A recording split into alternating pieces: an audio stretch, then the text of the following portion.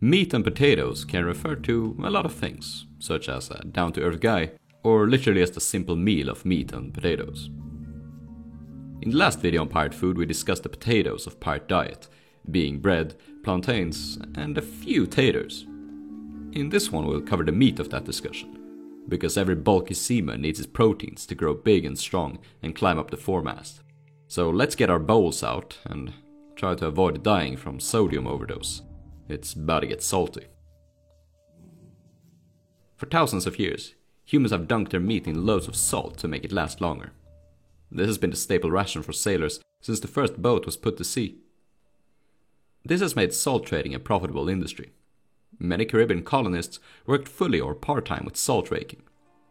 One of these islands was located north of Barbados.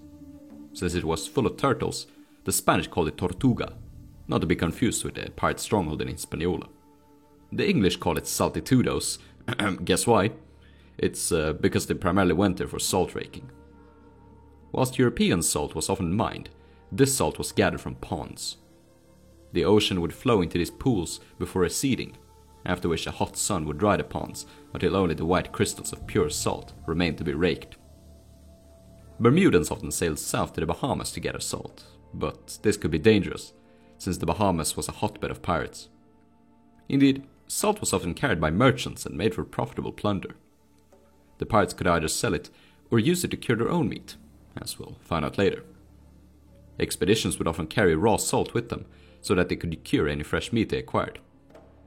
However, salt meat or fish wasn't the most tasteful. One crew of sailors were seized with a flux which proceeded from eating salt provisions, without any sort of bread, and having nothing to drink but bad water.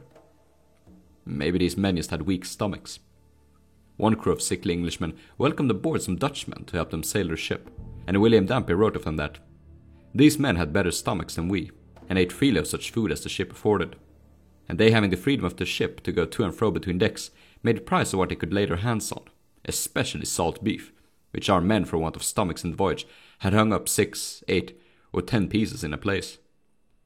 However, digging into that meat is bound to make you thirsty, or just vomit it all out. It was best left for a while in a dish of water to soak the meat and get out most of the salt. This would improve the consistency, which was usually like leather.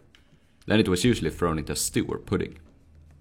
However, salt meat often grew so bloated that it seemed more meat than there actually was. William Fennell wrote that the meat had been so long in salt that when we boiled it, it commonly shrunk one half. So we, finding a loss in boiling our meat, concluded to eat it raw. As for the meat itself, you also had a lot of fish. In the Americas, cod was the most common, owing to the great fisheries near modern Canada. The fishermen here earned a big buck from curing the fish and selling it to Catholic countries that only ate fish during Lent. Then there was pork and beef. Most salt beef seems to have been produced in Ireland. There was also this prostitute in Jamaica called Salt Beef Pig. Though I do have a theory as to why she earned that nickname, I'm not going to explain it, and we'll leave that to your speculation. Taking a quick break from all the salt, sailors did have some fresh meat aboard their ships. That being very fresh. As in, the meat was alive. If there was enough space aboard, there would be cows, pigs, goats and chicken. Whilst the cows would need special feed, the goats, pigs and chicken could eat anything really. Cows could provide milk, and chicken were primarily kept for their eggs. These animals could be purchased, or of course, stolen. Woodes Rogers acquired 2 black cows which he kept aboard his ships. Henry Bostock had his sloop captured by Blackbeard, and reported that the pirate took a number of live hogs and cattle, though he did not otherwise want for provisions. The only downside with keeping live cows aboard was that he needed a lot of water. Pirates did likewise keep a number of pets aboard, such as cats, parrots and dogs, but refused to eat them. The crew of Charles Swan were on the verge of starvation as they crossed the Pacific, but would not eat their cat and 2 dogs, even giving the animals equal rations. I will cover pirate pets more in a separate video, however. I guess this is an alright point to bring up dairy produce. If they had live animals aboard, milk and eggs were most likely had. Though cheese was a popular sea ration in Europe, it had to be imported to the Caribbean and wasn't as common. The same goes for butter, though pirates seem to have looted large quantities of butter in the Spanish Pacific. Butter was eaten as a spread on doughboys. On a funny note, Some sailors would carve buttons from hardened cheese rinds. Pirates were known to fish from their ship on certain occasions. Calm winds allowed them to throw out their hooks and lines and get as much fish as they pleased. Also a good way to pass the time. Let's get back into the cured meat and how pirates made their own. Any cow or pig could be purchased, stolen, butchered and salted. Exquemelin describes how every individual buccaneer provided his own weapons and ammunition, but that they acquired provisions together. At night they attacked Spanish hog yards containing up to 1,000 pigs. They woke up the farmer and forced him to give them as many pigs as they desired. If the farmer refused or made any noise, they were beaten or tortured. A Dutch pirate named Roque Brasiliano allegedly roasted farmers over wooden spits after they refused to show him their hog yards. The word buccaneer stems from the word bucan, referring to a native grill used for curing meat and fish. This is also the origin of the barbecue. So yeah, we can attribute the popularity of America's favorite pastime to pirates. You see, the first buccaneers were hunters. They lived on the islands of Tortuga and Hispaniola, where they hunted wild pigs and cattle released by the Spanish. They sold the hides and cured the meat over the bucans. The result was a beautiful red meat that could last 6 months up to a year, eaten raw or soaked in water. The French called it boucané or viande boucané, whilst the English called it barbecue or jerk. Jerk usually referred to sun-dried meat, however. If you wish to learn more about these barbarous hunters and the meats they made, I have an entire video dedicated to them. The buccaneers would sell their meat to passing ships and pirates. For their abilities at hunting and preparing meat, they were often brought along on sea voyages and used for that purpose. Henry Morgan squeezed a ransom of 500 beeves from the city of Porto Principe, along with the salt to cure them. As the animals were butchered, a fight broke out between a French butcher and an Englishman, who had taken away the marrow bones of an ox. The marrow was the meat most esteemed by the buccaneers.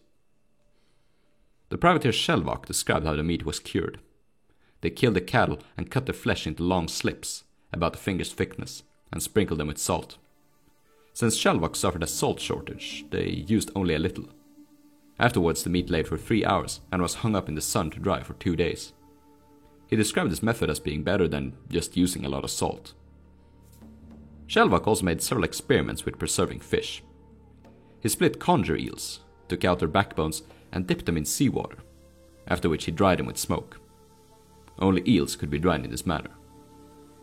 The eels lasted for very long, and at this point he commanded only a small bark, a 2-masted vessel, describing how the 40-man crew had to lie on the bundles of eels. They had no way of cleaning themselves, and since only one conger could be cooked at a time in their frying pan, there was a continual noise of frying from morning to night. Probably one of the most disgusting pirate scenarios. The turtle was the favorite meat enjoyed by colonists and pirates. There's a good reason it's a threatened species today. The mysterious Captain Charles Johnson described the taste of turtle as follows. The meat sweet and tender, some part of it eating like chicken, some like veal, etc. At Port Royal, turtles were kept in corrals before being butchered and baked in their shells with spices and herbs. Others roasted or boiled it.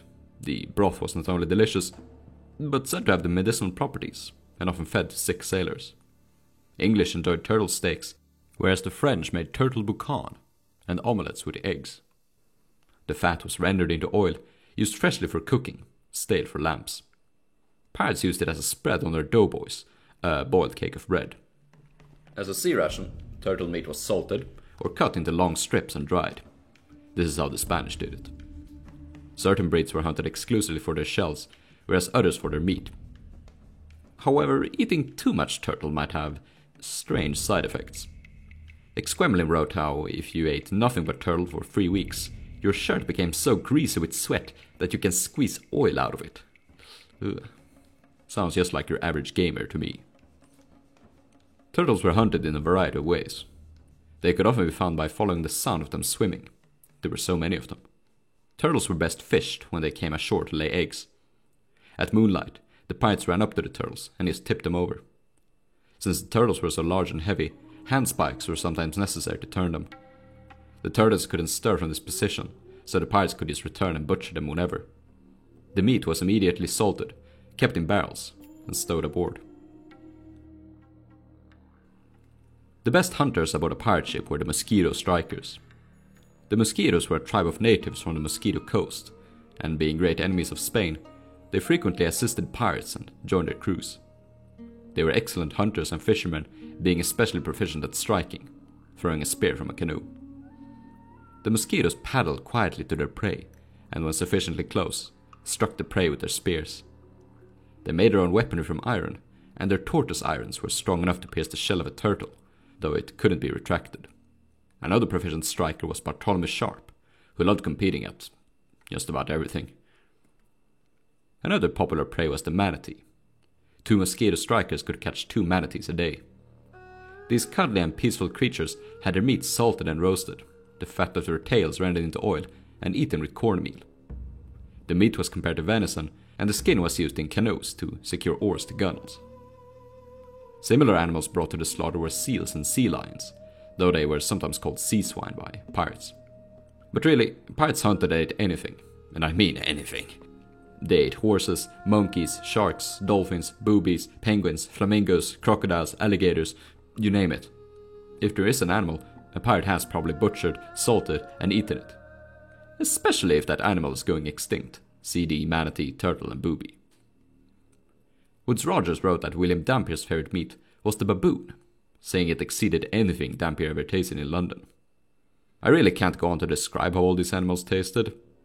Not because I lack the information or the time. I make these videos how long I want. I just can't be bothered, dude. That brings me on to the reason why I'm able to make these videos exclusively on pirate food. It's cause they wouldn't shut up about it. It's what they wrote the most about. But why is that? Part of the reason is because the fine folks in Europe enjoyed reading about exotic foodstuffs. The other reason, I think, is because they didn't spend most of their time plundering, but worrying about what they should eat. Food and water took up a huge part of a pirate's daily life. Gathering and acquiring food wasn't as simple as going to a grocery store. You had to do whatever possible to acquire it. You had to fish, hunt, hire Indians to hunt, barter with merchants, rob from merchants, rob farms on land, you name it. So if you're hosting a D&D game about pirates, or writing a novel about pirates, please don't exclude this vital part of their lives. Staving away hunger by dynamic means is an incredible part of the human experience, and virtually unexplored in pirate literature. They had a ravenous hunger, and ate anything they could get their hands on, because sometimes they didn't have that luxury. Sometimes there was a serious shortage of food. To wrap up, let's cover some of that really repulsive stuff. In one rather humorous incident, Roger's men caught sight of several birds that looked remarkably like turkeys. Hoping for a delicious meal, they rowed out to catch them. After they had shot and opened up the game, they found that it stank insufferably. The bird was a vulture that fed exclusively on dead seals. To all you insufferable cat owners out there, meaning most cat owners, pirates also ate cats. Shelvocke described one Pacific island being very flocked with them, resembling the household pet in size and color. He said that his men would rather eat them than catch seal or fish. They had a small dog which could allegedly catch any number they wanted in an hour. Shelvocke himself couldn't bring himself to eat cat, however, and wisely so. Predators are lean and contain a lot of parasites. Nice. Take the worm pill, by the way. Intestinal parasites control society. How about offal, meaning entrails, brains, and other such delectable foods? Sometimes it was a delicacy, and eaten just like anything else. Dampier described flamingo's tongue as a delicacy, and salt beef tongue was kept as a ration by some pirates. Shelvocke described seal entrails as tolerable food, but I haven't found much more than that. Pirates' offal was most likely fed to their slaves. Other times there was no meat at all. If the Spanish knew pirates were coming, they would empty their food stores and run away. They killed all their cattle, or released dogs to kill wild animals, preventing the pirates from hunting. Exquemelin describes how Morgan's buccaneers, utterly deprived of food, resorted to eating leather. They sliced it into pieces and beat it between 2 stones, rubbed and dipped it in water to tenderize it. Lastly, they scraped off the hair and broiled it.